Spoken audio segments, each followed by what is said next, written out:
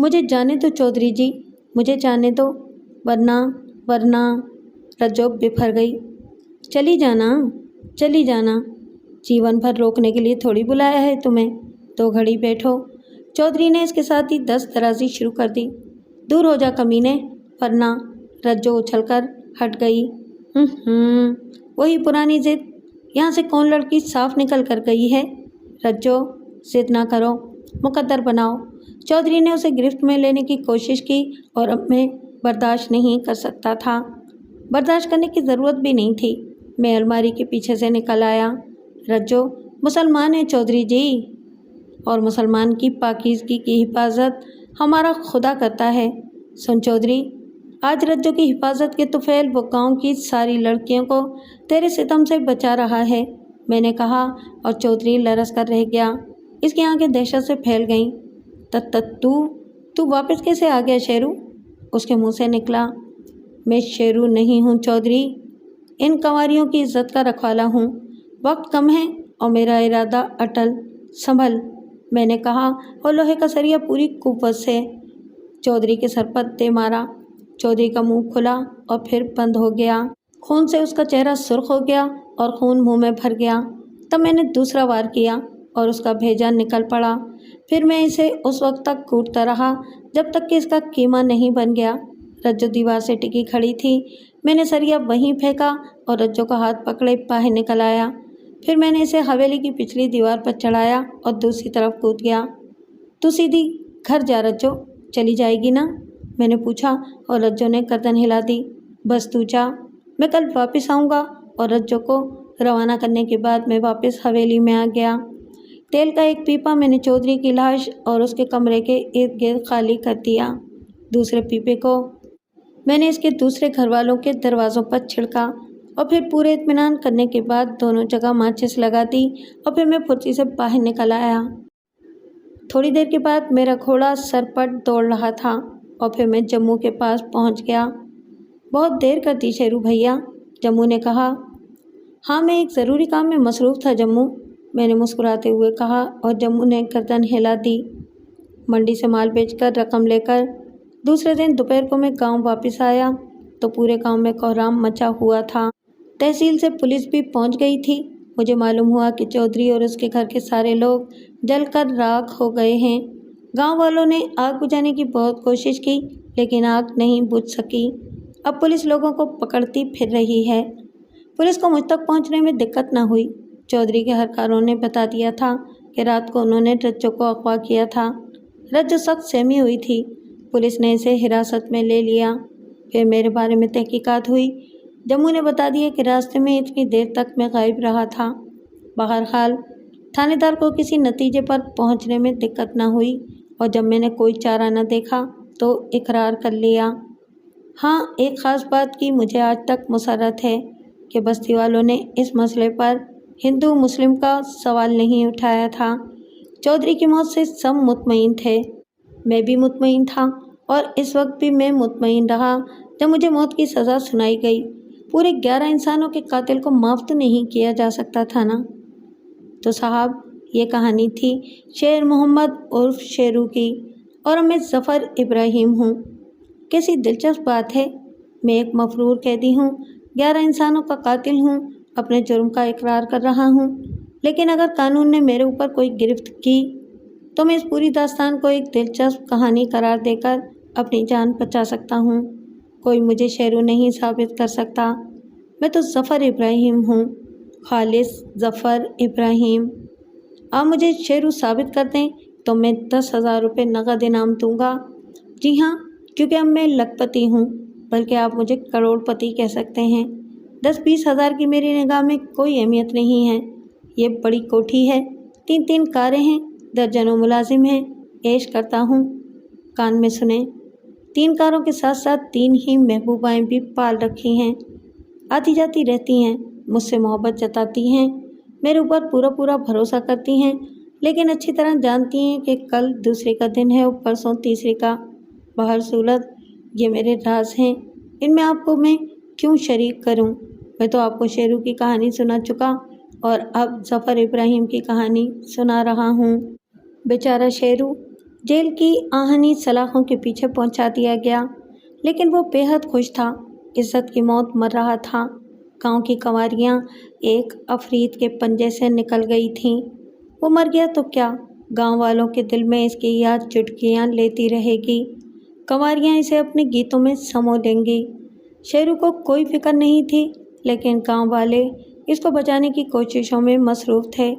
جب چاچا نے اسے بتایا کہ اس کی سزائے موت کے خلاف اپیل دائر کر دی گئی ہے اور اس کی زندگی بچانے کی کوششوں کے سلسلے میں جو چندہ ہوا ہے اس میں گاؤں کے ہندوؤں نے بھی بھرپور حصہ لیا ہے، تو اس کا سینہ خوشی سے پھول گیا۔ میری زندگی بچے نہ بچے چاچا، مجھے خوشی اس بات کی ہے کہ گاؤں والوں نے میرے خلوص کا یقین کر لیا ہے اور شیرو ان کے کسی کام آ گیا۔ ایک طرف ایک زمیندار کے پورے خاندان کی موت کا معاملہ تھا اور دوسری طرف ایک غریب کسان تھا جس کی زندگی کی کوئی حیثیت نہیں تھی۔ گاؤں کے چودھری دھرمانند نے گاؤں کی نوخیز کنواریوں کی عزت لوٹ کر انہیں زندہ درگور کر دیا تھا۔ یہ کوئی ظلم نہیں تھا، لیکن میں نے جس طرح اس کے پورے خاندان کو آگ میں جلا کر بھسم کر دیا، یہ ایک انتہائی ظالمانہ فعل تھا۔ چنانچہ ہائی کورٹ سے میری اپیل رد کر دی گئی اور سزائے موت کی توثیق ہو گئی۔ تب مجھے سزائے موت کے قیدیوں کی کوٹری میں پہنچا دیا گیا۔ یہ کوٹری جیل کے الگ تھلگ حصوں میں ہوتی ہے۔ اس کے گرد پہرا بھی سخت ہوتا ہے۔ سزائے موت کے قیدیوں سے کوئی کام نہیں لیا جاتا۔ ان کی زندگی کی تو گھڑیاں مقرر ہو چکی ہوتی ہیں۔ چنانچہ میں اس ویران کوٹری میں موت کا انتظار کرنے لگا۔ موت کا تصور عجیب ہوتا ہے، کسی انوکھی بات ہے۔ انسان سے کہا جاتا ہے کہ موت کا علم کسی کو نہیں ہوتا، کوئی نہیں جانتا کہ اسے کب موت آئے گی، لیکن جو جانتا ہو، جسے اپنی موت کی ساعت کا علم ہو، اس کی کیا کیفیت ہوتی ہے۔ میں بھی عجیب و غریب تصورات میں گھرا ہوا تھا۔ نیند کا آنکھوں میں کوئی وجود نہ تھا، بھوک مٹ چکی تھی۔ میرے لیے کھانا لایا گیا تو کیسی حیرت ہوئی، کیا محسوس ہوا مجھے۔ غذا زندگی کی ضرورت ہوتی ہے، اور جب موت قریب آ گئی ہو تو زندگی سے لپٹے رہنے کی آخری کوششیں کیا معنی رکھتی ہیں۔ نیند یہ بھی زندگی کی علامت ہے، لیکن زندگی کہاں ہے؟ بس دماغ میں عجیب و غریب خیالات تھے۔ موت کی کوٹری بھی موت کی طرح بھیانک تھی، خاصی عریض تھی۔ میرے علاوہ یہاں کوئی نہ تھا۔